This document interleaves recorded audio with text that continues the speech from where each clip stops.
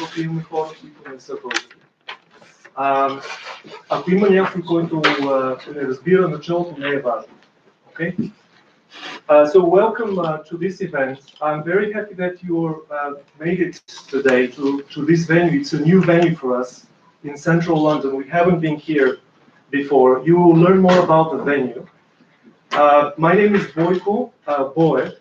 I know half of you. I should introduce myself to the other people, the people who I haven't met before. So I'm, like you, Bulgarian in London.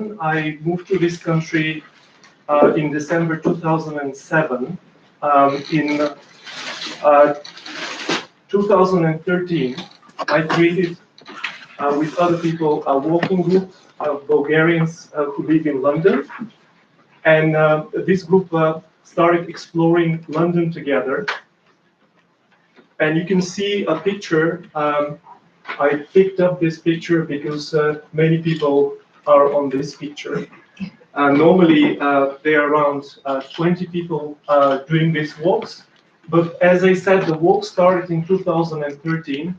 Later that we created a website with stories about articles about the history of London, British culture, and Bulgarians who live in London with interesting stories that show how they have adapted or integrated into the British life. So we started a group of Bulgarians in London who are outwards oriented.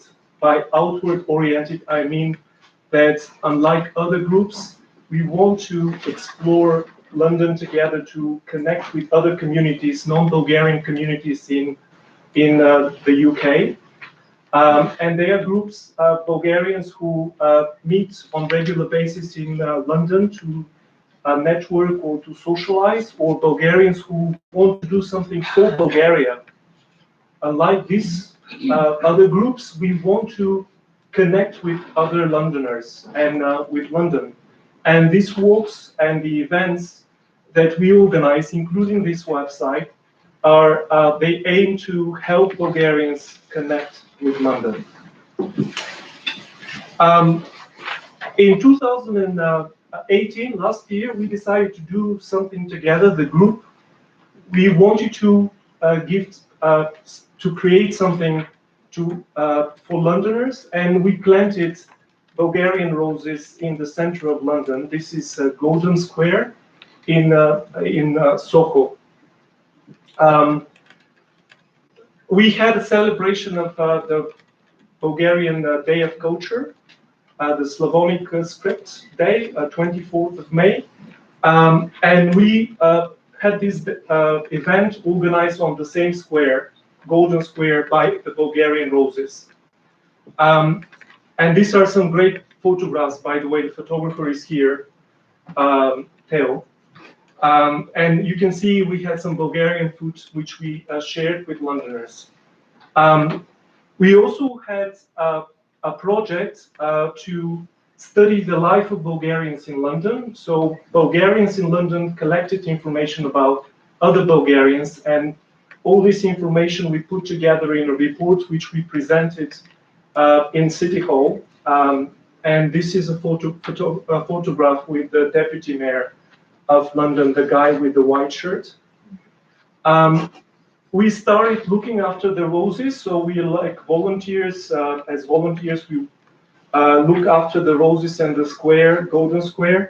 And also we put this flag, which says that the roses are a gift from Bulgarian Londoners to London. We got a postcard from the Mayor of London for Christmas. That's a postcard. So this is kind of a nice recognition of what we are doing. And apart from these activities, we have regular meetings with, we have a series of meetings with British people who know Bulgaria. And by these meetings, we want to connect with Britain. This particular meeting is with students who study Bulgarian at University College of London, not far away, and it was a very nice meeting with these young people. We're here for another series of events which will take place this year. They're all related to Brexit. Because of our successful project with, actually I forgot to tell you that we managed to plant these roses because we got a permission from the Mayor of London. You can't plant roses or anything in this country without permission.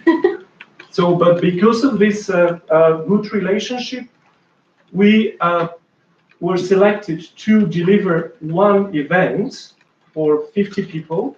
This venue is for 50 people, and two smaller events like surgeries that would be more face-to-face, aiming to help Bulgarians understand all the legal requirements and procedures that they should keep it in order to secure their settled status in the UK. And we are going to talk about this settled status during this event. Okay? Now, I'd like to give the floor to Boromir, who is from Pushkin House.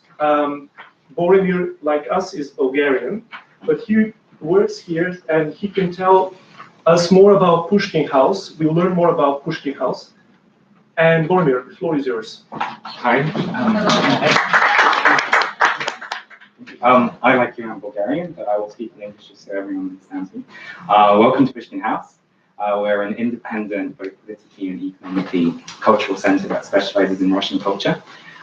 We were just having a joke about the fact that we are independent because I doubt that any state-sponsored Russian cultural center would support an event like this. So welcome, thank you for coming here. If you're ever in the area, do come by. We have great exhibitions at the top of the house, and we have events from music concerts to panel discussions. And it's not just Russia, it's also the post-Soviet region. Sometimes Bulgaria comes and goes. And I just want to quickly say something in Bulgarian. Ако има желаящи след края на събитието да се срещнем горе, мога да ви снимам за кратки откъси от как прекарах днес и дали научих нещо ново. И това ще бъде използвано в интернет. И също така, ако има хора, които се притесняват от снимането, могат така да си дигнат ръката набързо, за да ги запомня. И ще гледам да не ги вкарвам в нито един кадър. Добре. Само там, няма да снимам, там ги е. Добре. За това ще поговорим пак, имам предвид за снимането, след събитието. Да, ако някой се нуждае от туалетни, това са двете врати, тук отляво те нямат identification, влизайте, няма полови ограничения. So this event is organized with New Europeans, and I'd like now to give the floor to Tamara from New Europeans to say a few words about New Europeans and speakers. Or the speaker. So I'm from New Europeans, and we're an organisation that's existed since 2013, and Memboico, in fact, since about 2015. And we were talking about raising the profile of all European citizens living in the UK. And we were particularly looking at ensuring that people knew all their rights, that they knew they could vote in elections, that they were well informed about what they could do in the UK. To which end we produced a book, which is not this one, but they all look the same, called Survival Guide to Living in the UK. It was a very clear English publication, which just talked about how you get a TV license, how you enjoy your car, all these kinds of things. Those are on our website. This is the most recent one called Getting Involved in Your Community. And if you see New Europeans here, that's the website, and on there, under services, you find all these booklets.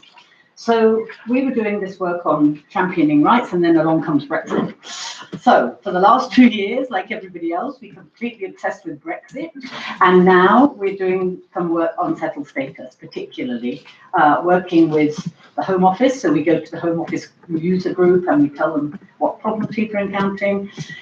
We're working with the GLA. We have a member of staff seconded to the Mayor's office who has been helping develop, some of you may have seen this, London is Open on New Year's Eve, all the different hello in different languages. Our staff member has contributed to this kind of big offer from the Mayor of London to support EU citizens.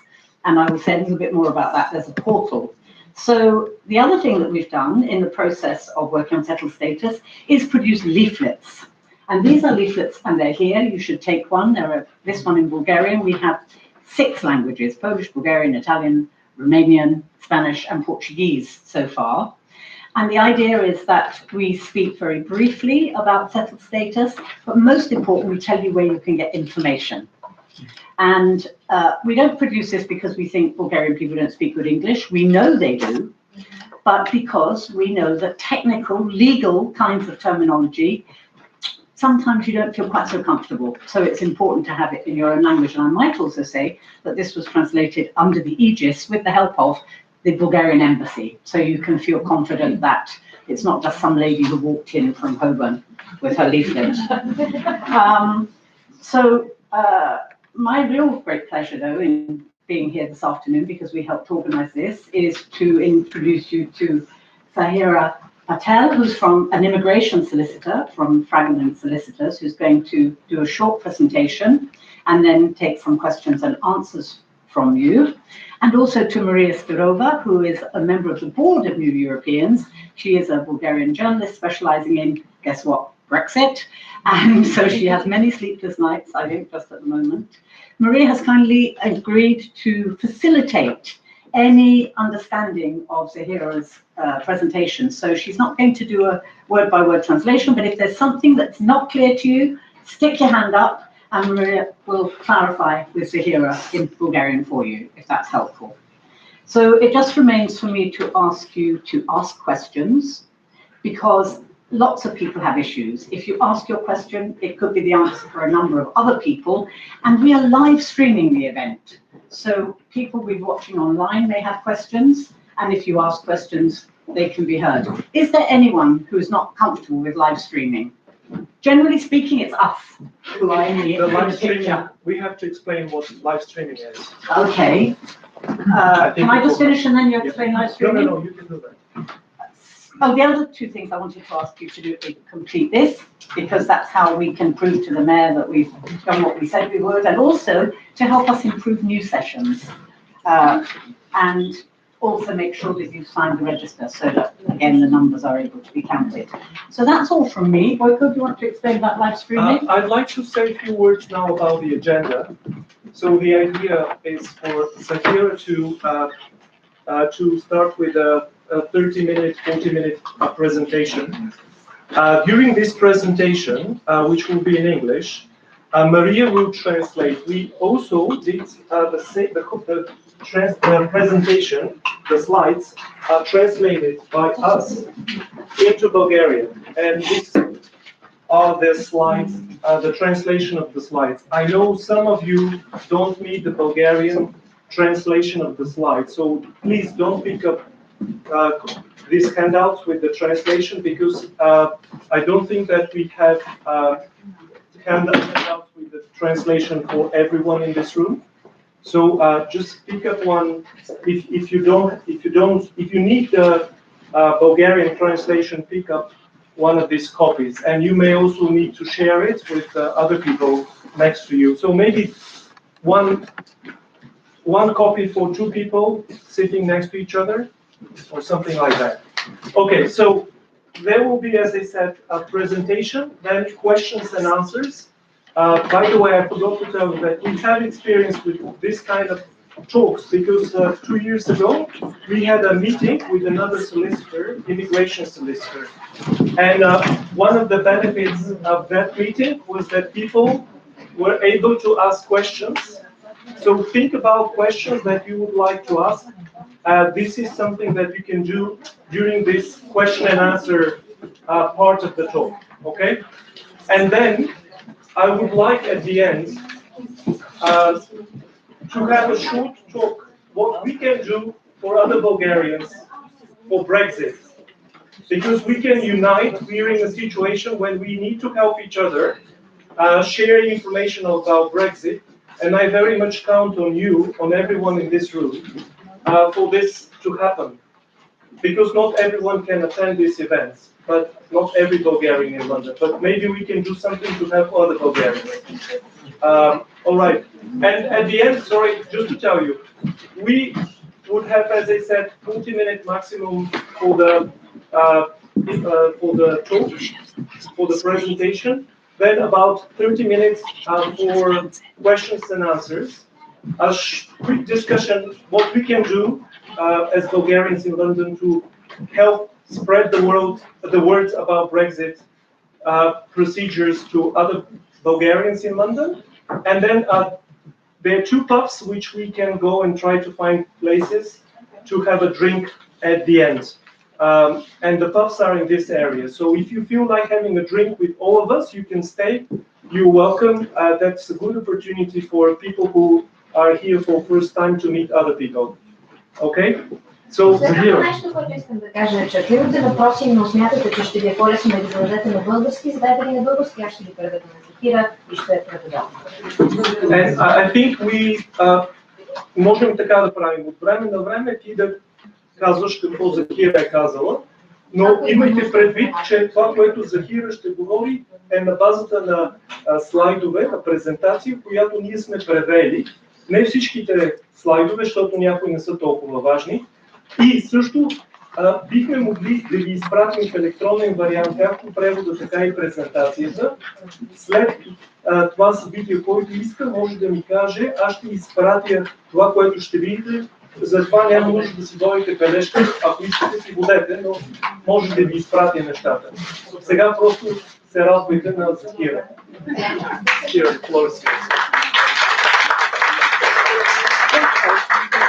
Can you just mention about the live stream?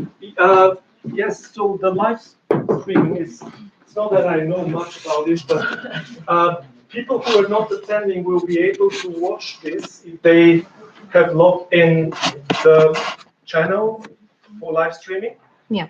And this means that we are now like being broadcasted, but only this area will be seen, not the audience.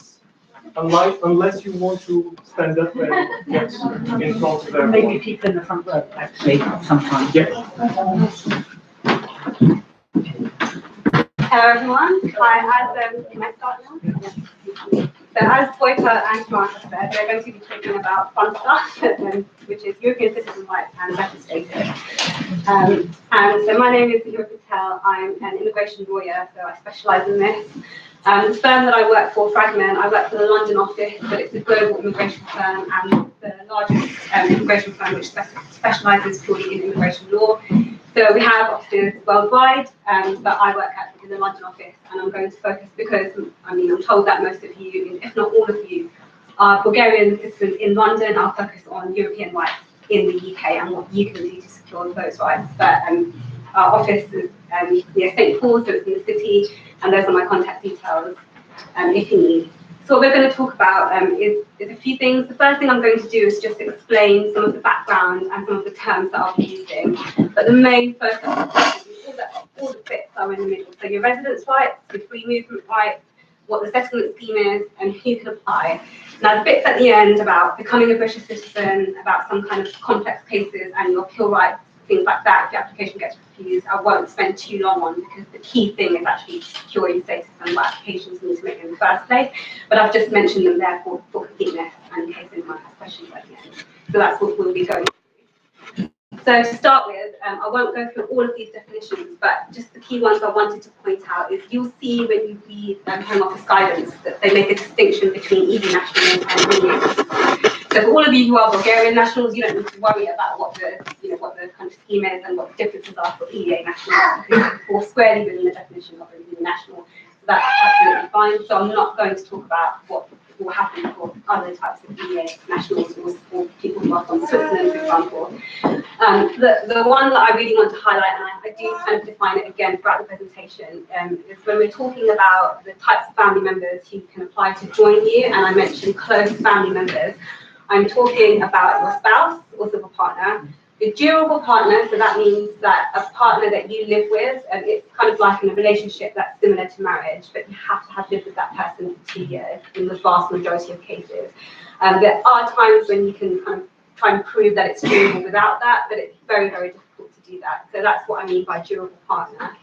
It also includes your dependent child or grandchild, but that's not just your dependent child or grandchild, it's also your spouse's dependent child or grandchild, or the civil partner's spouse or grandchild if you're married or in a civil partnership. But note that if you are living with someone, it does not include their dependent grandparents,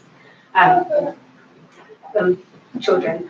And again, it's the same with dependent parents or grandparents. So again, it includes that of the spouse or civil partner, but not if you're just living together in a cohabiting relationship. So those are really the key terms that I wanted to explain. And when they just talk about family, they mean everybody else. So when we're talking about close family, we're not talking about sisters, we're not talking about brothers, that's who we're talking about. And I want to just mention right at the beginning, there will be periods when I refer to this kind of transition period, and you might hear it known as implementation period. And the idea is that that's supposed to be the period from when the UK officially leaves the European Union on the 29th of March until the 31st of December 2020. And the idea is that nothing should change during that period, and that the rights that you have before the 29th of March should carry on until that date. But I've just put here as of last week that is now depending on what happens next. That transition period may exist and it may not exist depending on what happens next, because the deal that kind of introduced this idea in the first place was voted down last week. So I'm going to try and go through what will happen in both scenarios. But that is what I mean when I say transition period. So, just a second. Yeah. Do you want that the Zahira speaks a little bit slow? Apologies, sorry. I will be, yeah, just shout out if I'm going too fast. You can let me know. That's fine. So in terms of what's happened so far, you will know that officially the United Kingdom voted to leave the European Union, and this was in 2016 in June, and a lot has happened since then. So there's a lot more than this, but I just wanted to summarize the key things that we were talking about for today. Article 50, which is the mechanism by which we will leave on the 29th of March 2019, has been triggered. So if nothing else happens now, we will leave the European Union on the 29th of March 2019. And there was a lot of uncertainty about what that will actually mean for all of your rights. The first indication that we had about what might happen is in November last year, the UK and the EU agreed on what you will, seen or heard called as the withdrawal agreement. So that's the deal that they reached. And that sets out this 2-year transition period that I spoke about. But I don't know if you would have seen that last week on the 15th of January, Parliament has voted down that deal.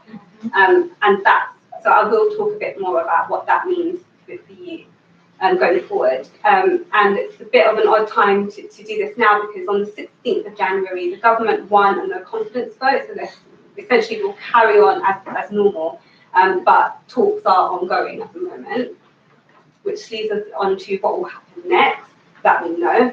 So the first thing we know is that on Monday, just coming, the Prime Minister will now present a new Plan B to Parliament, and we don't know what that will look like, and we don't know what will happen.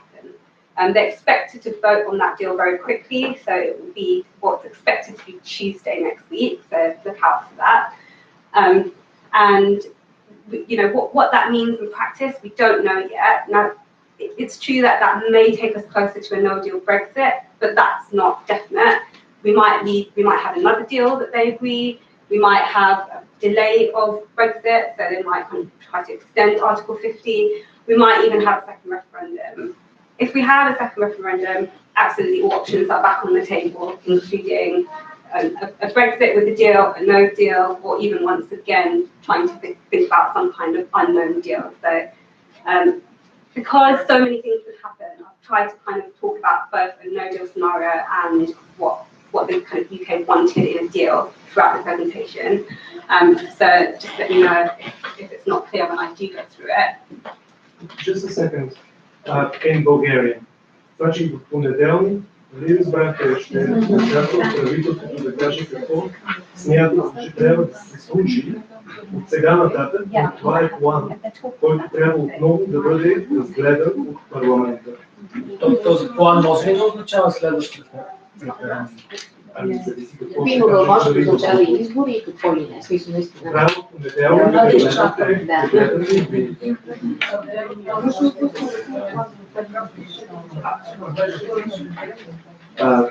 Правилно, sorry, is it on Monday or? On Tuesday. Parliament will outline her plan. So the Prime Minister will outline her plan on Monday and they'll vote on Tuesday. Правителството ще каже какво смята като план Б, а във вторник парламент. Okay? So what does that mean for you? Essentially, it means that unfortunately there is still a lot of uncertainty about what happens next. But what I want to do is just try and outline the things that are certain, that are very likely to happen, and things that you can do to create some certainty about your own status. So even if we have no deal, the government has actually, in December last year, published its paper on what happens if there's a no deal. And I've actually brought a copy along because unlike other Home Office documents, it's actually very short. It's not, 125 pages. It's a very short, clear statement of intent, essentially, about what they think should happen if there's a no deal Brexit, and that contains some useful information for those of you who are worried about that. So I do urge you to have a look at that, just for your own kind of reassurance. But you will inevitably need to register your status, and that will be the biggest difference for all of you. So, European nationals for years can just come to the UK. You never have to worry about paperwork or registering. That is the part that's going to change. So you will now have to register your status whether there is a deal or not. The only situation in all of that will not happen is if there's no Brexit at all. So if by some miracle they cancel the whole thing, then you won't need to register. But whether there's a deal, no deal, as long as Brexit is happening, you will need to register your status as part of the EU settlement scheme, and that's really the most important thing, which is why that's what we'll focus on. And that's whether there's a deal or not. And I mean, I'm talking to all of you in this room, so you're all here before the 29th of March 2019, so there's a bit more certainty for you. Where there'll be more uncertainty if there's no deal is what happens to people who come from 30th of March after the leave. So we'll kind of cover a bit about that. So just a second. Do you want that Maria tells us the key points until now? Следите ли добре или повтаряме нещо? Основните неща на български устройство в Мария, искате ли каквато сега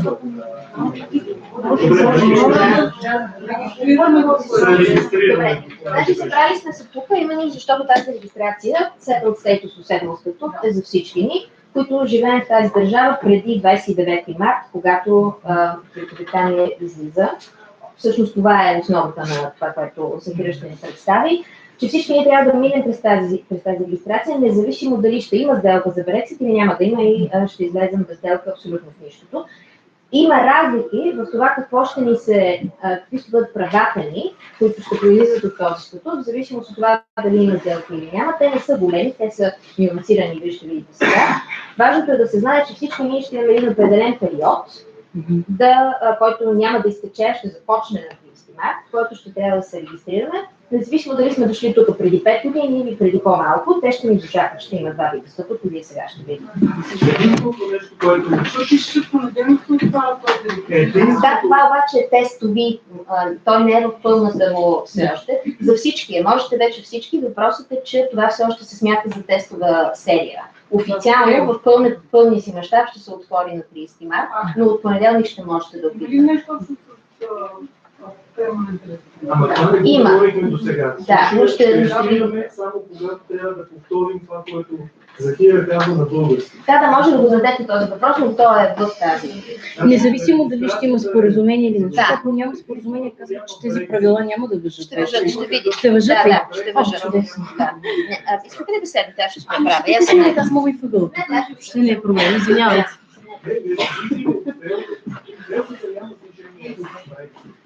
Ако няма Brexit, тогава няма да има нужда да се регистрираме. Аз ще ви обясня за permanent residence, ще ви да. Много бърз въпрос за първите слайдове. Host family включва ли или не включва майка? Майка и баща, да, включва родител, прародители, т.е. баби и дядовци и деца. It doesn't include grandchildren, the close family. Okay, do I need to clarify anything or is that okay? No, I think you've established it. Okay, Thanks. that's okay. So what will happen to free movement, and this is really the key thing, that as I said, we've had free movement, for a very long time, which means you've been able to travel, and the only thing you needed to do is show your passport when you come in and out of the UK, and that, that's been your basis of your right to be in the UK. When you go and get a job, you just need to show your passport on your first day. Now that will change. The key dates will depend on what happens. But unless we extend Article 50, the UK will leave the EU at 11 p.m. on the 29th of March 2019. If a deal is agreed, we will have a transition period in which nothing will change until the 31st of December 2020. And during that time, you will still be able to carry on exactly as you do now. Nothing will change when you enter the UK, when you get a job, you'll still be able to do it on the basis of your passport. That is the idea.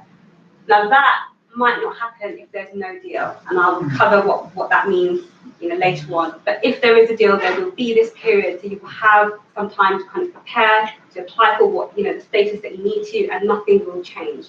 Now that is what they're hoping will happen, and I will talk about what that means if it doesn't happen because there's no deal. Now, if you're living here before the transition period, that's before the 31st of December 2020, you will be able to remain, but you will need to just register your status under the EU settlement scheme.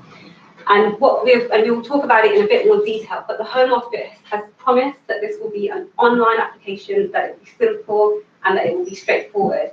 And that it will be very, very different to the kinds of applications that you will have seen and heard about until now. So I don't know if anyone has ever filled out, for example, that really long permanent residence application. It should not look like that. It should be digital and it should be online. That's the idea. Now, if there is no deal, you will need to be living here by the 29th of March 2019. The 29th of March this year in order to apply. Now, as I'm speaking to all of you, hopefully that should all be fine, but this is more just so you know for anyone that you know not in the UK at the moment, that if there is no deal, they will need to enter in order to be protected under the scheme by the 29th of March 2019. Now, what kind of status you will have will depend on how long you've already been here. If you've been here for 5 years, you will get settled status, and if you've been here for less than that, you will get pre-settled status, and I'll talk about the difference between those going forward. And again, because they've promised that it should be easy, you shouldn't need to submit your passport to the Home Office. You can, if there's a need to, if you prefer to, if you don't have the kind of right, technology to be able to secure it without. But you should be able to submit the application without sending your passport, so you should still be able to travel. That's the idea. And what the Home Office has said, and this is very new for the Home Office, they've said that they are looking to grant your application. They want to grant their status to you.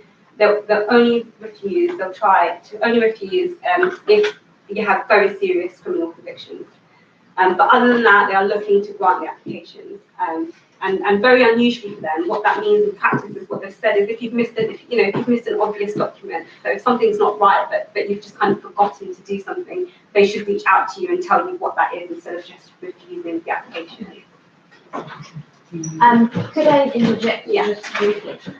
Важното за нас е, понеже знам, че много от нас пътуват личните си карти, всъщност не всички имат паспорт, ще можете да кандидатствате изцяло онлайн, само ако имате биометричен паспорт. Ако нямате, ако единственият ви документ е самоличност и личната ви карта, ще се наложи да изпратите физически до Home Office. Остатъка от кандидатурата ви ще е онлайн, само че за съжаление ще трябва да се разделите с документите за идентичност за определен период от време, което е много неудобно и може би трябва да го планирате някакси или да отидете до България си изпратите да си изпратите паспорт. Важното от този слайд беше, че действително Home Office, за разлика от, как да кажа, по принцип намерението им спрямо другите имигранти, са решили, че няма да ни възпрепятстват че всъщност идеята е тази кандидатура да е много лесна и ако сме направили грешка, те няма да използват срещу нас и ще ни пишат, тук има грешка, оправете я, а няма веднага да отхвърлят кандидатурата ни на базата на тази грешка. Да, както обикновено прави, да. Единственото, което в момента се смята за сериозен проблем, който мисля може да доведе до отхвърлянето, е ако имате сериозни криминални присъди, които съответно те ще проверят в... Ние нямаме. Всички други хора. Точно така. И след това, като получим този set от state, същата ли е процедурата за паспорт? Следващото ниво си е паспорт. Sorry, that's okay? Yeah. Is that okay now? Yeah. Okay. So, key dates, these are some dates that I'm going to talk about later. You do not need to remember them because I will keep going on and on about them throughout the entire presentation, and they will be on all of the documents that you will read and they are on the slides. So you don't need to remember them, but just so I can emphasize them, because this will really be the most important thing, is the settled status that I've been talking about, it's been trialed until now for only some kind of, some European nationals, people who work at universities. But from the 21st of January 2019, so that's Monday, the public test phase will open. So it should open to all European nationals who are in the UK. So you should be able to, I wanted to include a link to the application, but it's not live yet. But from the 21st of January, you should be able to access that. So have a look out for that. That's when you can start to apply from. But there's, you have a long time to actually, you have to have made that application. The exact date will depend on if there's a deal or no deal. So if there's a deal, you have a longer time period to apply. You should be applying by the 31st of December 2020 anyway, but there's something called a 6-month grace period, which will mean that you don't actually need to have applied until 30th of June 2021. So that's the important date that you need to remember. If there's a deal, you have to apply by the 30th of June 2021. If there is no deal, you have to have been in the UK by the 29th of March 2019, and you need to apply by the 31st of December 2020. So, to be honest, I think probably the safest thing is just to try and apply by the 31st of December 2020 in any event, because at least that way you're covered. But if for whatever reason you can't, if there's a deal, you have that extra 6 months in order to make the application. So those are the key dates. Those are the ones I wanted to emphasize. Does anyone have any questions about any of the other dates before I move on? Yeah. About the date, what's the difference between pre-settled and settled? So I'll talk about that in a bit more detail, but pre-settled just means you haven't been here for 5 years, so you can't get the full settled status. So it's kind of like a bridging, visa. It gives you time to build up for 5 years. Settled status is when you've already been here for 5 years, so you can get the full settled status. And there's a few differences between the two types. They mainly focus on how long you can be outside of the UK for, and I'll talk about that later on. Yeah? There's another. Да. Примерно, ако правиш 5 години, да речем ноември 20 година, колко е ли да се изчака да кандидатстваш директно? Не, вземете моето мнение, това не е мнение на професионалиста, че ако може да получите пред уседнал статус, е по-хубаво, защото ще почнем да ви питат в един момент, какъв е статусът и ще е по-добре. Но като цяло голямата дата е 31 декември 2020 с сделка, без сделка. До тогава ще имаме този период, в който ще можем да кандидатстваме. Тоест, не е толкова спешно да го направите веднага, ако смятате, че ще е по-лесно, малко по-късно да го направите, защото и без сделка правителството ще изчака, защото има почти 4 милиона души, които трябва да се регистрират и на тях не ясно, че не могат да го направят бързо. 31 декември 2020 е наистина крайния предел, в който трябва да се регистрирате, за да може, примерно, ако искате да съберете семейството си с вас, да имате това право, както ще стане ясно малко по-нататък. Това, ако не сте го чули, адвокатите не се притеснявате, но дали е бави. Защото съм цяла само с презентация. А датата 30 юни, нека не е. 30 юни е в случай, че се стигне до сделка. Отново, в сделката е записано, че крайният срок е 30 декември 2020, но за тези, които по някаква причина не са успели до този момент, има така наречения период на прошка, 6 месеца още, които са вече последно закъснелите, бих могли все още да го направят, в случай, че има сделка. Какво означава период на тестване? По-добре ли е сега да кандидатстваме или е по-добре да изчакаме малко да мине този период? Тества се системата в момента за мащаб, защото преди нали, само няколко хиляди души пуснаха кандидатствата, сега искат да видят какво ще стане, ако изведнъж нали, голямо количество наведнъж кандидати, за да видят дали няма. И не работеше на определени телефони. Това е тестова база, защото нали, ако нещо се случи, те няма да ви държат отговорни за това, ще кажат Надявам се да работи за iPhone вече. да, всички са получили тези период. Аз вече 4 българи такива познавам, са си получили много бързо. От гледна точка на това, че сега вероятно ще има по-малко кандидатстващи. Ако смятате, че вече можете да кандидатствате, по-хубаво да го направите сега, защото вероятно по-бързо и ще ви говорят. Ще има Още в самото начало, 21. Очаква се около 3 седмици да отнеме, ще видим. Was that the 2 to 3 weeks? Yes. So all I was going to say about this, I just heard 2 to 3 weeks.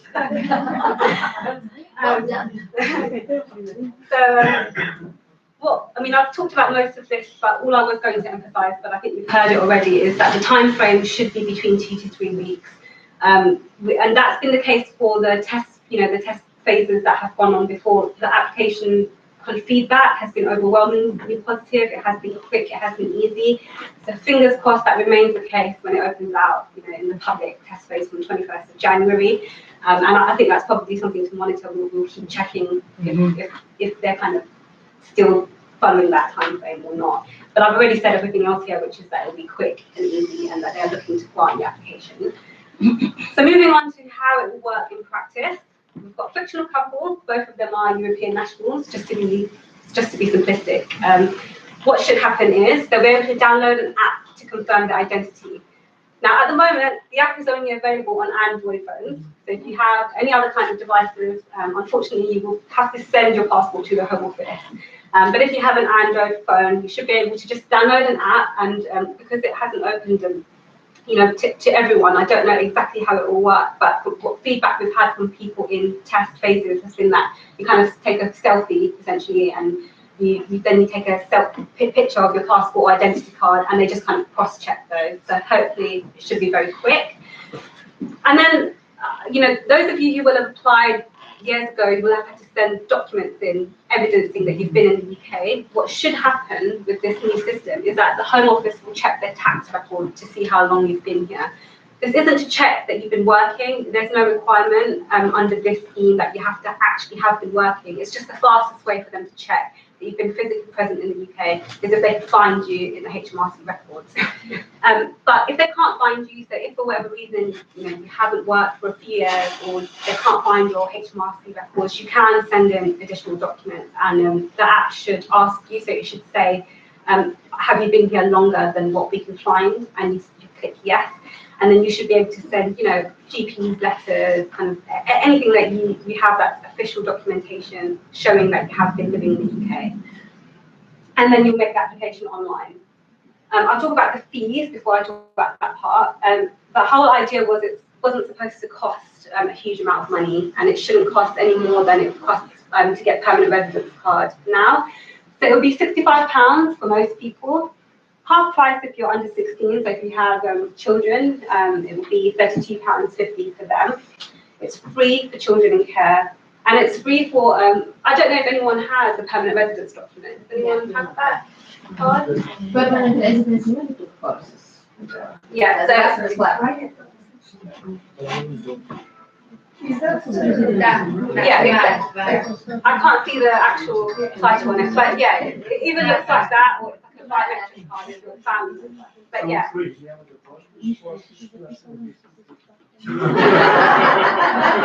And it will be free. If you have a permanent residence card, it will be free, but you still have to apply. So having permanent residence is not enough. You still have to make the settled status application, and you just have to convert it basically from permanent residence to settled status. But because you've already made the application, they won't charge you for it again. Now, this is what we were talking about before. If you've been here for over 5 years, and that's whether they can trace the 5 years in your tax records or whether you've submitted evidence saying that you've been here for 5 years, you get settled status. If you've been here for under 5 years, you'll get pre-settled status. And you won't need to confirm which one. The app will kind of decide how much evidence you've submitted to show how long you've been living in the UK. And then what will happen is that the Home Office will run their own criminal records check, so you shouldn't need to send in, some kind of criminal records certificate or anything like that. But what they will ask you to do is make a declaration, just saying whether you have any criminal records or not. You'll make the declaration, and then they'll cross-check against the Police National Computer and their own records to see whether you do have a criminal record or not. Obviously, don't lie on the declaration stage, because that will be the worst thing that you can do. Because dishonesty is, they're looking at only serious criminal offences. So if you have a very minor criminal offence, you have to declare it. And they've said that shouldn't impact your application. Whereas if you lie in that declaration, that is a huge deal. So just be honest. In every application you ever do for the Home Office, but especially for this one. And then they'll pick up whether you get settled or pre-settled status, depending on how long you've been here. That makes sense? I have one question. Yeah. Do you want Particularly, that Maria scan and repeats all these things There seems to be lots of questions. in Bulgarian? especially about if you've been here for more than 5 years. Say you've done everything with your accountant and you've turned over everything, if you own a small business.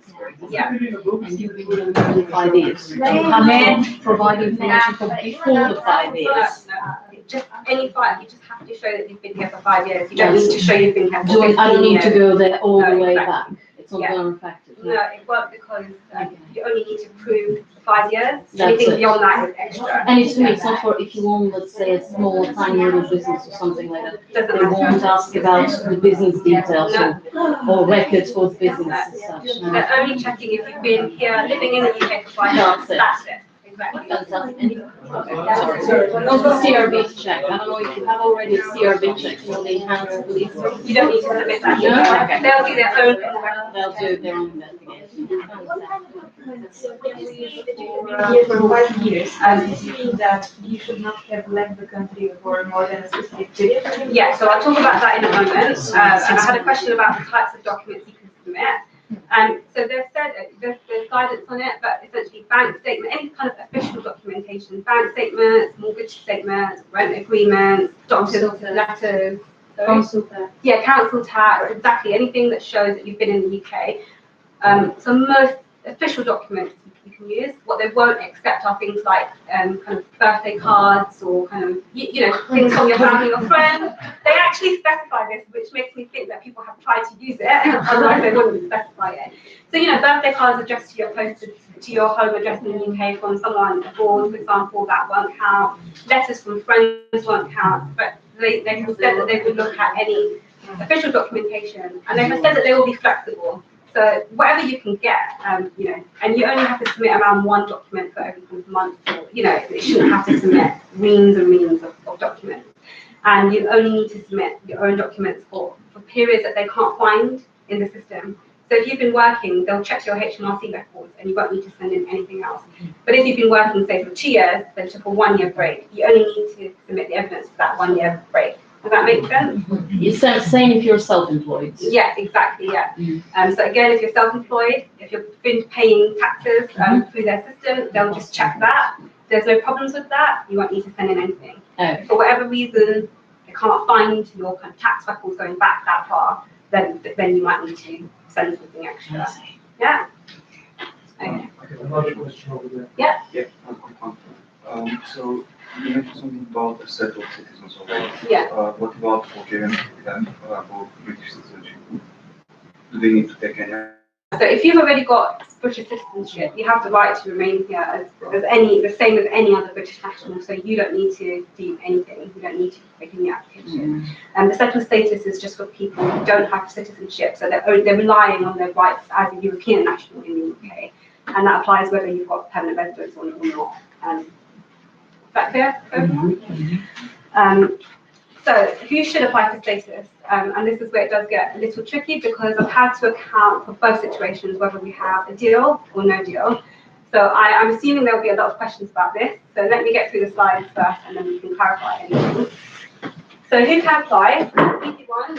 All European nationals who've been here in the UK continuously for 5 years by 31st of December 2020 can apply. This is if there's a deal.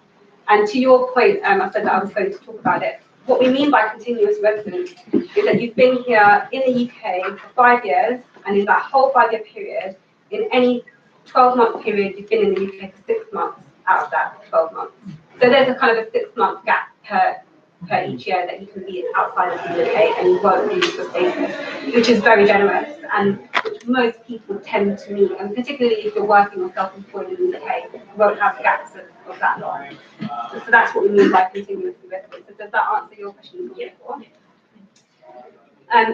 EU nationals who arrived in the UK before the 31st of December 2020 but have not been here for 5 years. So say if I arrive on the 30th of December 2020, I only have been in the UK for 1 day by the 31st of December, I can apply for pre-settled status and remain on that status for 5 years, and at the end of that 5 years I can apply for settled status. So that's this one, and again, you know, you just have to make sure that you apply by the 31st of December 2020, but there is that 6-month kind of grace period for you. So if you fall into this category, you need to apply by 30th of June 2021. Now, your non-European family members, it's easy if they're already in the UK with you, and it's easy if they arrive in the UK by 31st of December 2020. So if you've got spouses, husbands, civil partners, children living abroad, they join you by this date, and they don't have serious criminal convictions, they can apply and I'll settle, settled or pre-settled status, because again, it would depend on your 5 years or less than 5 years. It would depend on whatever status you have. They can apply to join you. Where it gets a bit more complicated is future moves. So these are people who will arrive in the UK after the 31st of December 2020. So say people who arrive, by 1st of January, for example. Now they will be able to join you if they're close. So again, that's your husband, your wife, your civil partner, unmarried partners, these people who I talked about at the beginning. They'll be able to join you if on the 30th of December 2021 that relationship existed. So if you were already married, if you already had a partner who you lived with for 2 years, if that relationship already exists at this date, 31st of December 2020, and continues to exist on the date you make the application, they will be able to join you.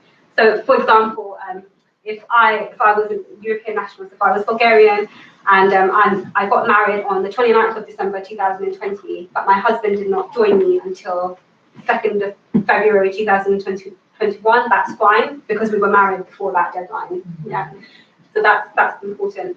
There's a special provision for children, though, that obviously if the child is born even outside of the UK and you've already got settled status, they can apply to join you, because those children don't exist yet. So there's a special provision for those. Sorry, can I just ask a question? How about elderly people, like, grandparents? The same rules apply to those. So if they're your grandparents, they're still your grandparents today, so that's before the 31st of December 2020, they can join you afterwards.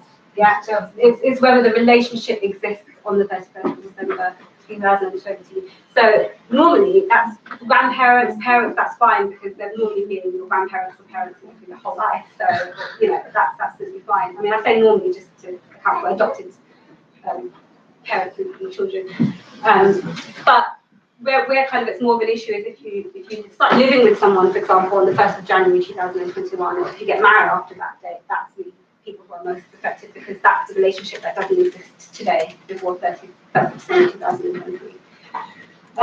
And what that will mean in practice is that if, for example, I start living with someone on the 1st of January 2021, I've had no relationship with them before, I haven't lived with them for 2 years before that date, they'll fall under the new immigration rules, which are expected to come into force on the 1st of January 2021. And we don't know exactly what that system will look like, but for example, at the moment, you have to show, if you're a British national and you want to bring your husband or wife to the UK, you have to show that you meet extra requirements, income requirements. You have to earn, for example, £18,600 a year, or more if you have children, and I won't talk about that in detail because that's not the focus, but just so you know that if you create or form a relationship after the 31st of December 2020, they will fall under UK immigration laws, not European legislation, and the UK immigration laws are stricter. So those are the main people who kind of will be impacted. Now that's if there is a deal. If there's no deal, you have to remember some more dates, but again, you don't have to remember them, they're here, and I'm sure they'll be in the literature. So if there is no deal, if for you all who are here, before the 29th of March 2019, nothing will change for you. The situation will be exactly the same as it is now, and as if it would be if there was a deal, okay? So you will be able to apply, but you just need to apply by 31st of December 2020. There will be no 6-month grace period, so you can't delay it until June 2021. So just try and apply by that date anyway. Just try and do it before December 2020. That will be the only difference for you as European nationals. Apologies if there's any non-European nationals in the room, because I've been aiming mainly at people who do meet that requirement. Okay, the family members, it's very similar, but if you have existing close family members, and again, that's a close family member that I've talked about, and you hold settled status in the UK, they can still join you if that relationship existed by the 29th of March 2019. So, if you get married on the 28th of March 2019, that person is covered. If you start living with somebody and you've been living with them for 2 years by the 29th of March 2019, they can apply to join you, but this is the date that they need to remember. 29th of March 2022, that's when they'll need to apply by. If they apply after this date, they'll need to follow the UK immigration laws. So that's nice and easy. If you're already in a relationship with someone who's not European national, or if you're married, that's how long they have if they're outside of the UK. So that's fine. If the relationship did not exist by 29th of March 2019, you just have less time for them to apply. They have to apply by the 31st of December 2020. So that's really the main difference. Does that make sense to everybody? Because those are the key dates. Yeah? Okay. And what that means is that if you take the combination of these two together, from the 30th of March 2022, if there's no deal, all of your family beginning rights will be the same as they are for British nationals, so you have to apply under UK legislation. So try and remember those key dates for any future marriages, engagements, anything that you have going on in the future. Those are the key dates that you need to remember if there's no deal. Okay, and I kind of have mentioned this, but this is how long that you can spend overseas if you have settled status. And this is really the main difference between pre-settled status and settled status. If you have pre-settled status, you're going to need to qualify for settled status within 5 years, right?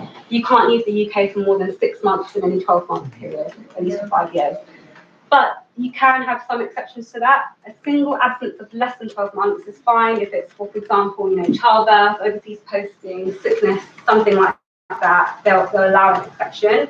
Military kind of compulsory postings also have that exception.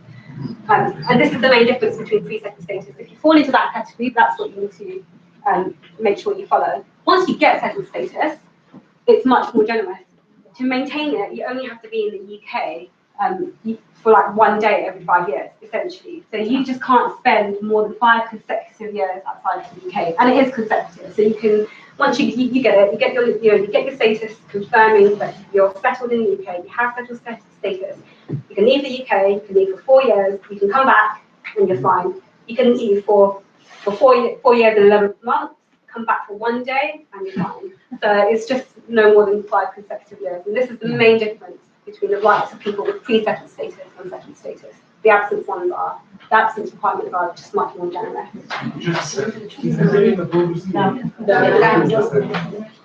Добре, какво? Ако се върнем, we flip back slides to the deal. The deal. So the deal. В момента знаете, в крайна сметка на 29 марта ще излезе с някаква сделка или без сделка. Има разлики между сценариите в известна степен. На практика основната разлика е в някои дати. Първата основна разлика е, че ако има сделка, можем да кандидатстваме за предуседнал или за уседнал статус 6 месеца по-дълго. До, както виждате, къде е този юни, до 30 юни 2021 година. Чакайте да почнем системно. Добре. Имаме всички права.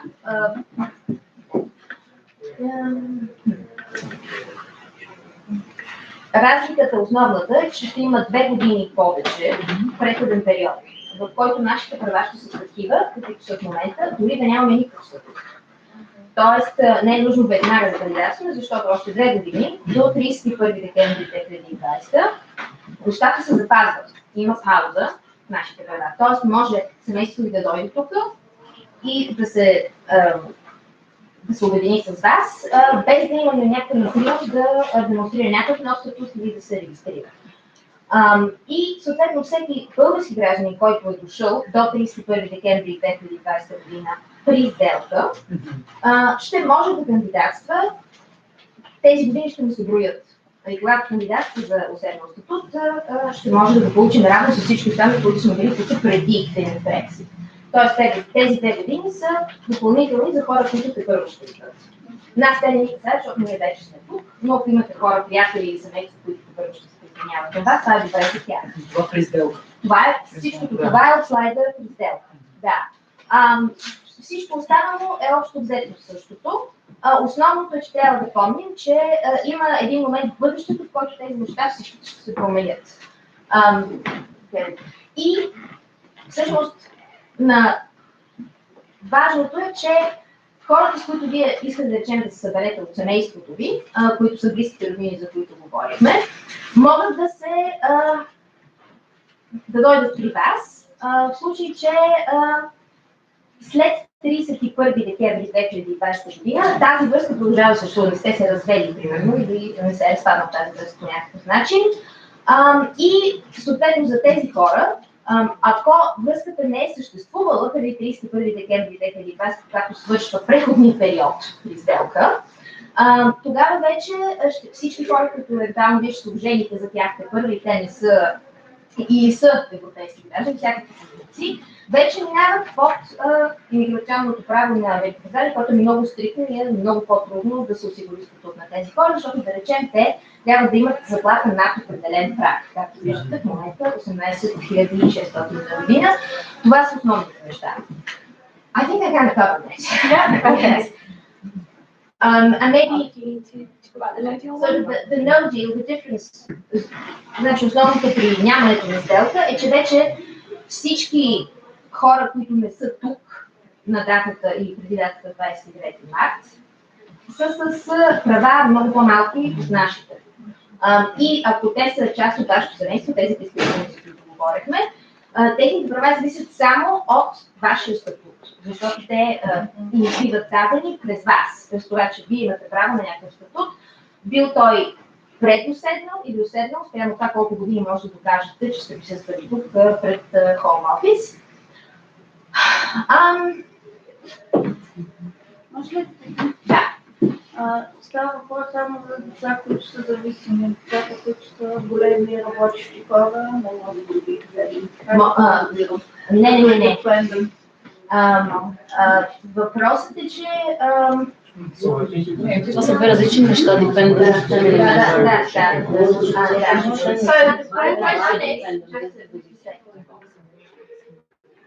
The question is, are we only talking about dependent children or children who are grown up? Adult children, because there's two Adult separate children if they are dependent, and all children if they are under 21. So dependent, you have to show that they rely on you financial support and things like that.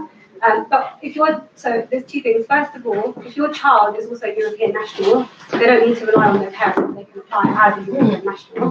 If they're not a European national, then they have to either be under 21, and all children under 21 are covered, or they need to be dependent. So you need to show kind of, financial evidence or whatever it is, showing that they're still dependent on you, living in your house. But if you're a European national and your child is also European national, they can apply in their own right as a European national. I think the question is that they live abroad at the moment. Yeah, is it a European child or a non-European? That's fine as long as she arrives. So the rights of normal European nationals will apply to her. If she arrives in the UK by 29th of March 2019, she's protected under her own right anyway. That's if there's no deal. She can arrive by 31st of December 2020 if there is a deal, and she doesn't need to rely on her parents. She just has that right as a European national. If for whatever reason she doesn't arrive before that day and apply for settlement, then yes, she can apply to join you as the parent. How old is she? Yes, and you have to show dependent. But in that case, the best way to secure your rights would be if you are planning to come to the UK to come before those deadlines, and in that case, you would be able to secure your rights yourself. Does that make sense? Yeah, but how can she prove she arrived? Also, they would look at residence. So they would look at what kind of, if you're working in the UK, they would look at if your address is registered in the UK, voting. Yeah, so she should have, like, for example, documents if she does come in her own name. She doesn't need it for the full 5 years. She just needs to show that she's had it from the date that she arrives. So GP letters showing that she's registered, bank statements, things like that. The normal rights for European nationals. Sorry, just to ask a question. It's more than a physical presence in the country. It's about someone who has a life with the intention to live in the UK. Yeah, so it's about residence. By coming on 28th of March, To live, 28th of yeah. March this year, this person won't be able to secure all these documents to be able to demonstrate that the person arrived in the UK with the intention to live, because to register with GP one needs more time. Yeah, so I'm not suggesting you should leave it until the 28th of March. Yeah, That was just an example, yeah. It's because what they will do, check the records. If you don't have a record, they can't check it. So the only way that you can really prove it is by those sorts of documents, and that's why it will take a bit more time. And that's 29th of March is if there's no deal. If there is a deal, they can apply in December. That's as their own in their own right, but your children can still apply to join you as your dependent as well. So you have kind of two options for children. I have one more question. In the moment the application is released for Android, will there be released application for iPhone also? It's $1 million question. I don't know yet. We're looking out for that. But they should, but they haven't announced anything about when they're planning to do that. So we just have to keep an eye on that one, unfortunately. But if you don't have an Android phone, the only reason you need that is to kind of do those digital checks. You can send your passport to them. In this context, basically, governments offer an option for uploading this information to the web, or? Yeah, so you can take a picture of documents and upload them as well. That's what should happen. Website and application. Yeah, so there's the website and then there's an app, and you can use that to kind of take photos and upload things. But that's what we know from the trial spaces. We're open kind of fully in January, so we might know a bit more about that on Monday. But that's what should happen. Yeah. Yeah. Can I use NIN number like document? Sorry. Can I use NIN number? Like An I number. You can't use that on its own. But yeah, it's one of the documents that you need to show, but they'll really be looking for passport or more kind of ID document. No, maybe NIN to prove residency or something. Oh, to prove residency, yeah, of course, but only if you've used your national insurance to work, for example, because then they can track you. If you've used your national insurance number to claim benefits to work, then they'll be able to find you in their system. If you just got a national insurance number but have never used it, they still won't really be able to find you on their records, if that makes sense. But it's an official document that came from page whatever. Yeah, but it shows that you were there on the date that you got it. It doesn't necessarily show them that you stayed here. You have to. It's about whether they can kind of cross-check those records and show how long you've been here. Yeah. Just one more question. In terms of having being registered for settled or pre-settled status, yeah. You mentioned that you would be able to leave the country for less than 12 months. Is that in case of deal or no deal or both? So it's both at the moment, and it's 12 months if there's a good reason, 6 months in any 12 months for everybody. Does that make sense? So let me go back to that slide. Well, so do you want to ask? It's okay. Just one more question. Yeah. Well, you have to register for settled or pre-settled status. Yeah. But in case I'll make my 5 years at the end or before the end of 2020, shall I wait until then, or should I apply for pre-settled status before that? So it really depends on you and how cautious you want to be. Is there going to be a particular document that I'm going to travel with? No, essentially, so you should be able to travel on your same ID documents that you have now. When you get pre-settled or settled status, it will be online. It's like an online system, so we don't know how they'll actually verify that, but it's like an online verification. It's a digital status, Exactly, like the exactly. driving license. Exactly. So you've got a number which you So give it's not people. like a card, yeah. No, it's not a card. It's nothing physical. It's an online status. So That's something that you got when you're already registered. Yes. yeah, so in order to get that, you have to register for pre-settled or settled status. You can't get it if you have not registered at all. In terms of if you want to apply, the benefit of applying earlier is, like you said, you have that kind of status, and it's a bit more certain for you, and you make sure you make that deadline, but you will have to still apply for settled status at the end of that 5-year period. So some people are like, I'd rather just not pay pay twice, apply twice, I'd rather just do one go, and some people are a bit more cautious and think it's best to have my certificate, the digital kind of certificate now.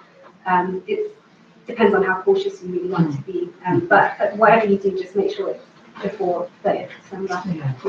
Sorry. So, just a quick question. So once you apply for the pre-settled status, but same year you actually make your 5 years, then you have to reapply again the same year. Yeah, you convert the pre-settled status into settled status, and it's exactly the same process. But obviously, they don't need to go back through the period of time you've already verified. So it should be easier. So yeah, if it's going to be just a difference of a few months, so for example, if you've been here 4 years, 9 months, I suppose you might as well wait an extra month, because that won't really have any kind of detriment. But if you're talking about a few years, then whether you want that certainty of having it. Yeah. Can I just ask a quick question?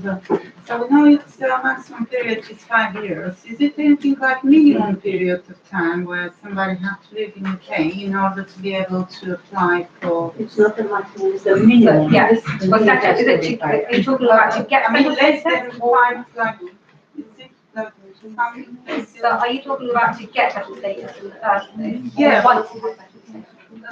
I'm going to give you little examples. For instance, my mom is going to come and live with me.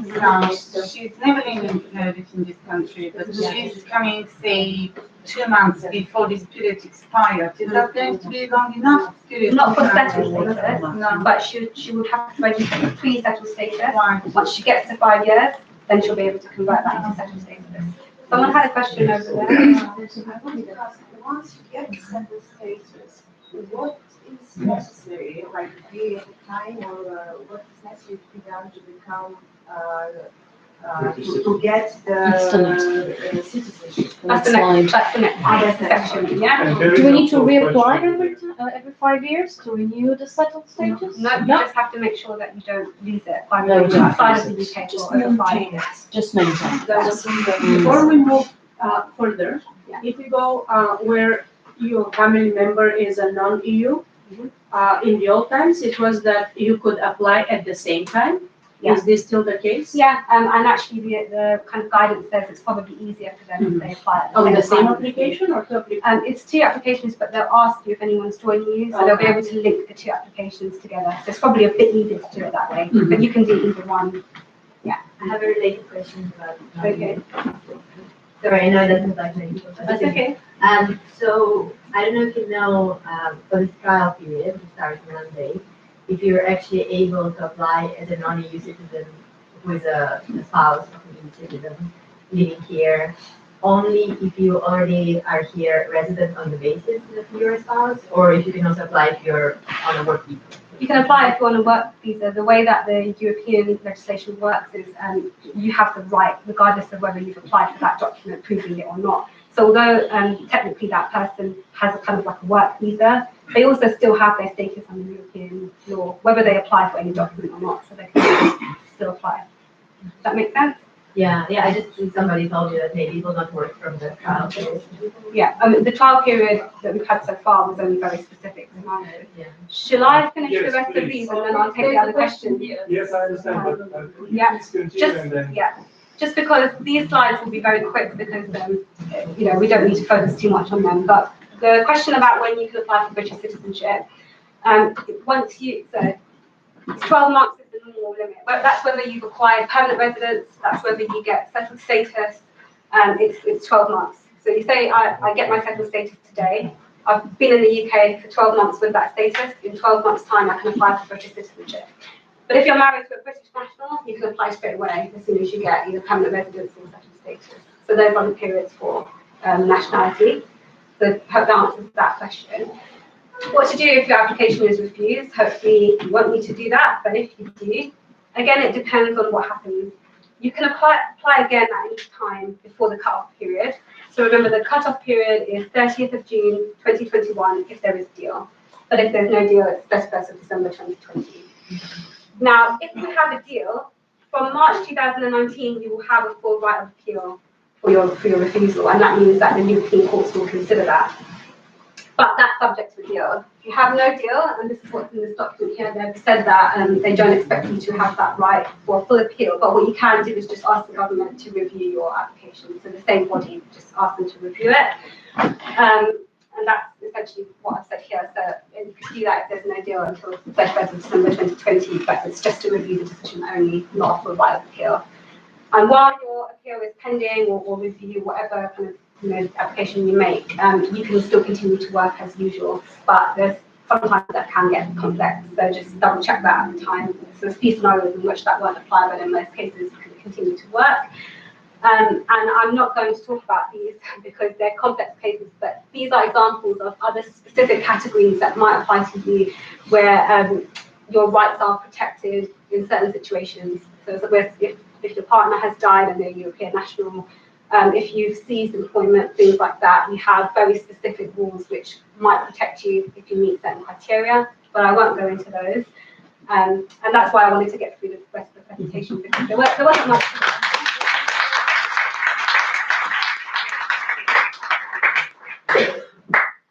Sorry, apologies if this was asked already. Just a very quick question. No matter what application you make, what is there a term, like period, to expect to hear a reply? Yeah, so both for pre-settled status and settled status, we're told it should take around 2 to 3 weeks. Oh, okay. Some decisions have come back much quicker than that, in a few days in the trial period. But like I said, it will open to the public test phase on Monday, and we'll see if that kind of still remains. Thank you. Sorry, if you don't mind, I'll moderate the question and answer session so that people who haven't asked questions to have a chance to ask their own questions. I know some of you are more active than others, but if you have not asked a question until now, please raise your hand and yes, please. Oh, to reiterate the point of when we can get citizenship, it's 12 months after receiving settled status or residency? Either one. So at the moment, you might have already applied for a permanent residence document. Right. If you've already applied for that permanent residence document, your 12 months starts from the date that you got that permanent residence document. Okay. But remember, you might need to convert that into settled status, depending on how soon, how much, if you only have a month left to go, you can just apply for citizenship in a month's time. If you're married to a British national, then you can apply immediately. And that's settled status or permanent residence, either of those, same thing applies. Някой друг, който не е задал въпроси до сега, иска въпрос? You go. Yeah.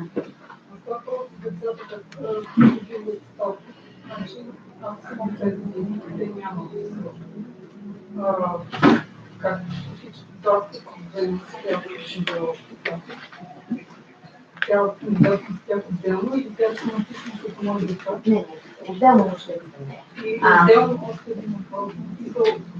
Когато се роди детето, имаш вече такъв статус, колко време трябва да преди раждането да имаш статус, за да вземе по-специфичен статус? Добре. So the question is about how you actually register children. So the parent has enough years for a settled status. They've been here for 5 years. How do they proceed? Could you elucidate on how you proceed to register children? Yeah, so again, it depends on what documents they have. They've said they'll take a very flexible approach. So, for example, things that you might have are birth certificates, obviously showing if they were born in the UK. You could have, for example, GP registration documents, medical documents for whenever that child had a checkup. a lot of people use children's school records, so letters from the school or any kind of official documentation that you have from the school. Anything that you do have, that kind of official documentation you should be able to do. And here 5 years or?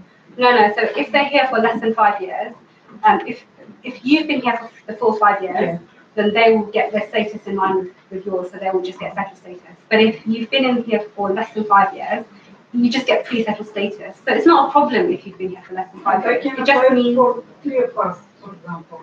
Sorry, could you repeat I that? have 2 children, I can directly apply for 3 of us. Yeah. Not first for me and after the. No, yeah, They're all you can, together. yeah, you can apply. Yeah, you can apply for all of them together. And if you've been here for less than 5 years, you can still, use that settlement scheme. It's just that you have to apply for pre-settled status rather than for settled status. Други въпроси? В принцип, трябва ли да има някакъв период преди да сърди детето, за да се получи този документ, за да автоматично да вземе? Няма автоматично. Като имате дете, си го регистрирате. В смисъл, на физическо дете и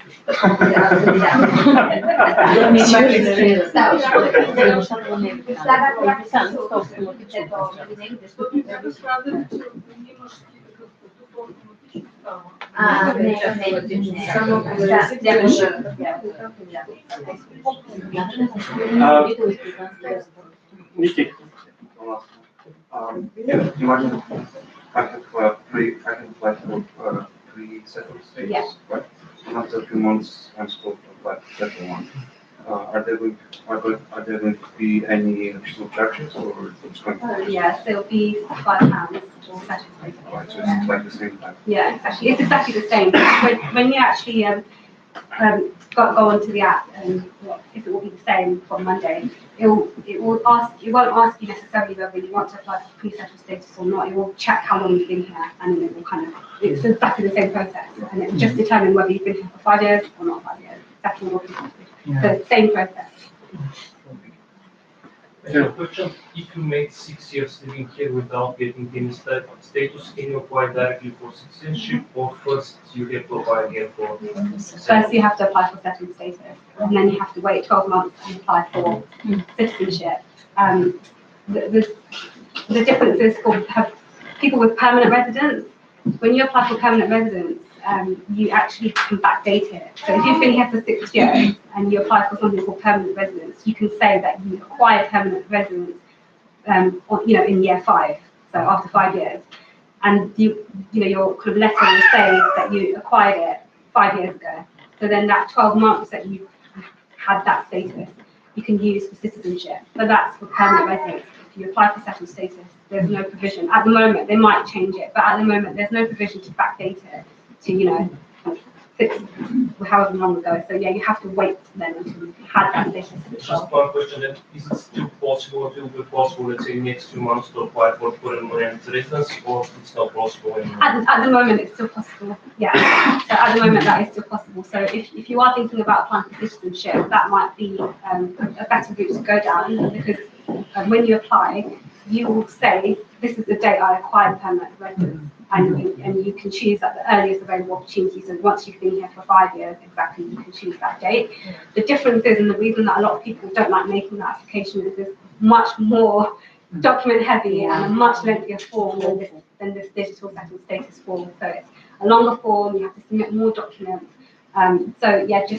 So none of what I've said will apply to that sort of permanent residence application. But yeah, that's something that you can look at doing. And then permanent, sorry, thank you.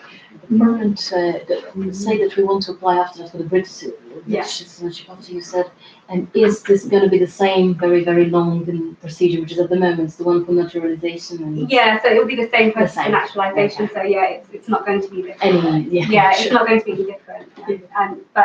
And the process sometimes will be just as long. But naturalization hopefully is still not as difficult as that permanent residence application. Because that's the one where you have to go back over 5 years and submit everything. Oh, that's the difficult one. So it will be replaced by the digital, so we no longer need. Some people can still apply for permanent residence, but you don't need to. You can choose instead to apply for settled status. Stefan? Sorry. There is a company, they gave me P60 for a year working there. Yeah. And I got practice statements about that.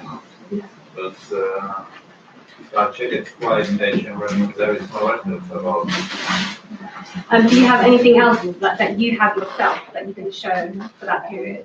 So do you mean your P60 that HMRC don't have? You can send that P60 in directly.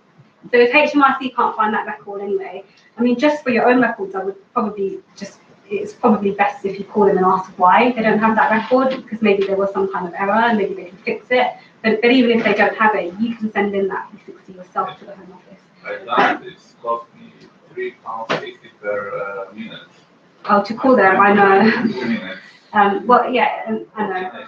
So if you can't do that, you can still send whatever documents you do have that they can't find on their own records. You can still send them to prove that period.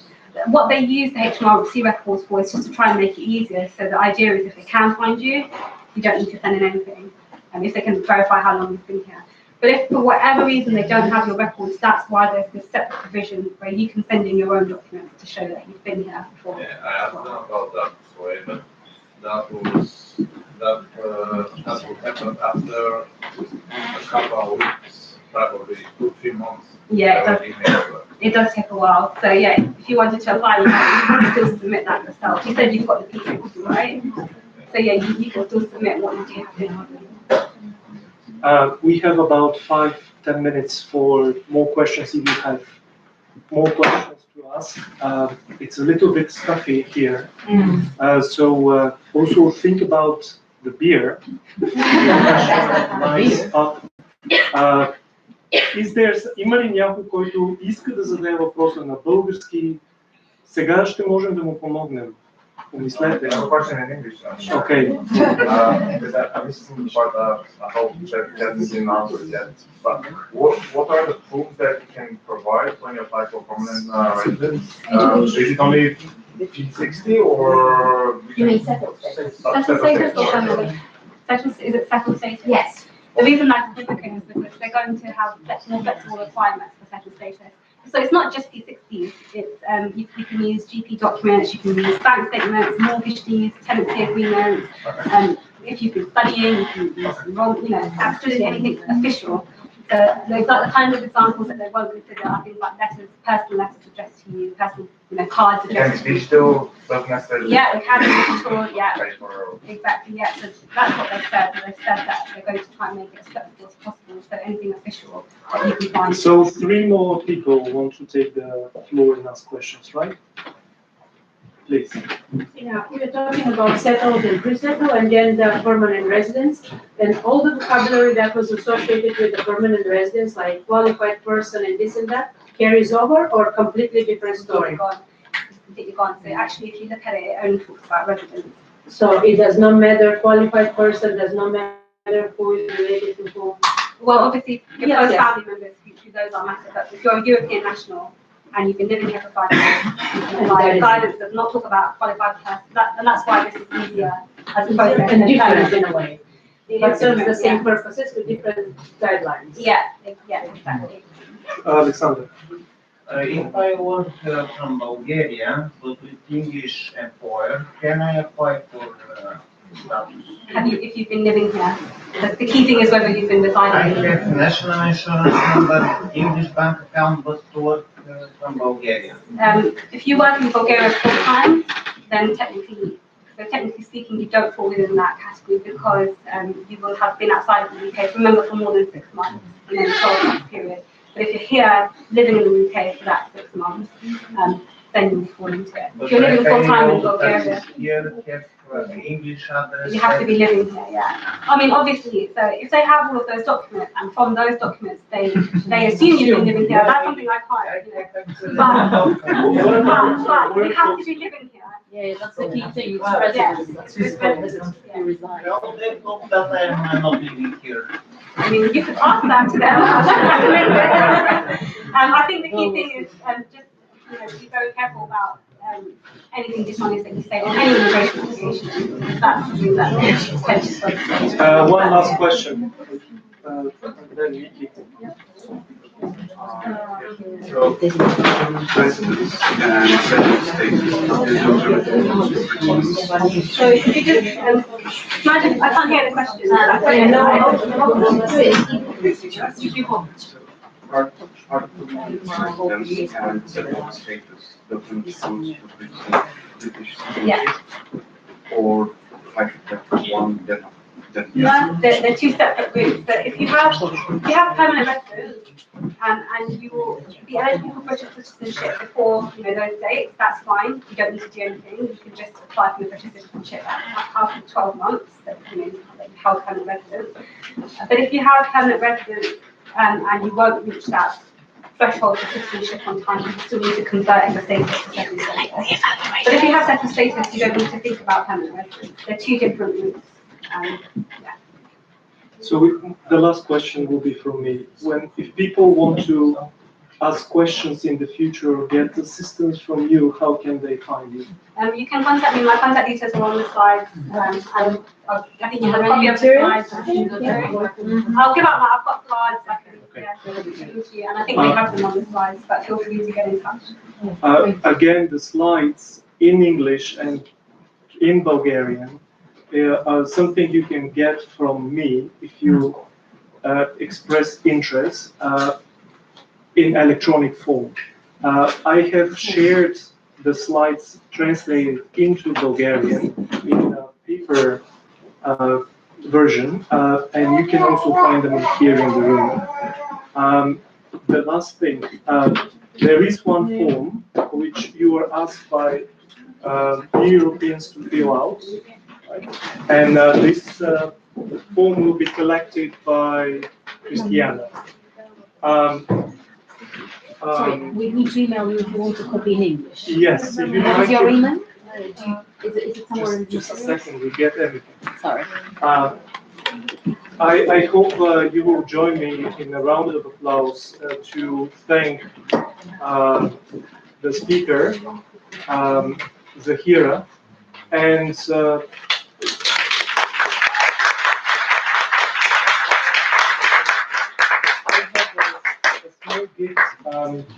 Zahira, I think you may have some Indian background. Yeah, that's correct. So I think of some connection between Bulgarians and India, and there is a Bulgarian author.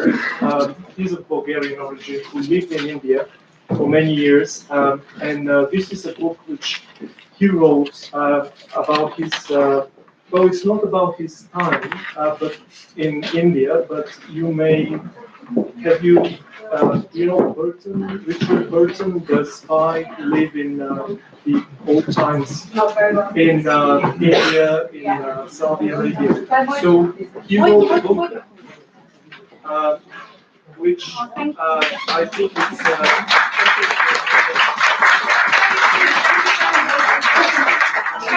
I'm happy that I found a connection between India and Bulgaria, and also Maria Spielberg helped with the translation of these slides, but also with the questions that you had in Bulgarian and the interpretation of the slides during this session. And there is also a gift for Maria, which is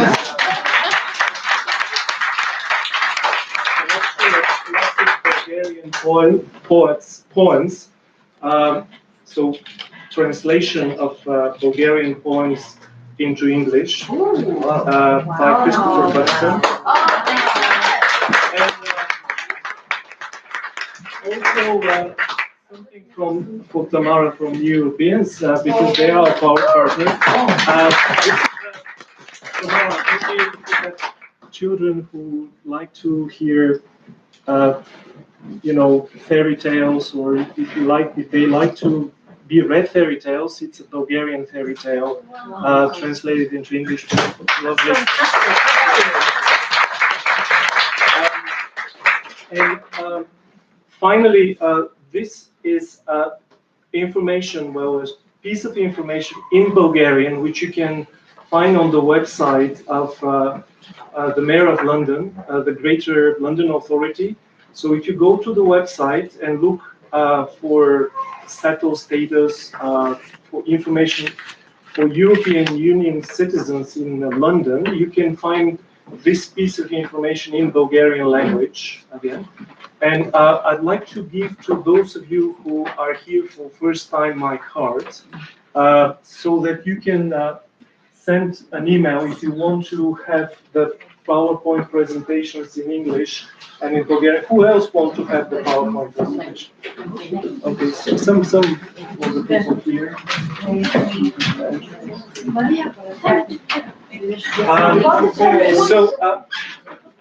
I said that we're going to a pub. If you'd like to join us, would you have time to join us? Excellent. So Zahira will also join us, and you will have opportunity to speak face to face to her. I want very much to ask you if you would mind staying here a little bit longer and share with us your thoughts how we can help other Bulgarians to learn about Brexit who are not around. Maybe you have ideas, something that, like a brainstorming на български. Ако можете сега да помислите какво ние можем да направим, за да помогнем на други, пак ви казвам, ние ги правим тия неща в свободното си време. Но вие също бихте могли да участвате, ако имате желание. Аз имам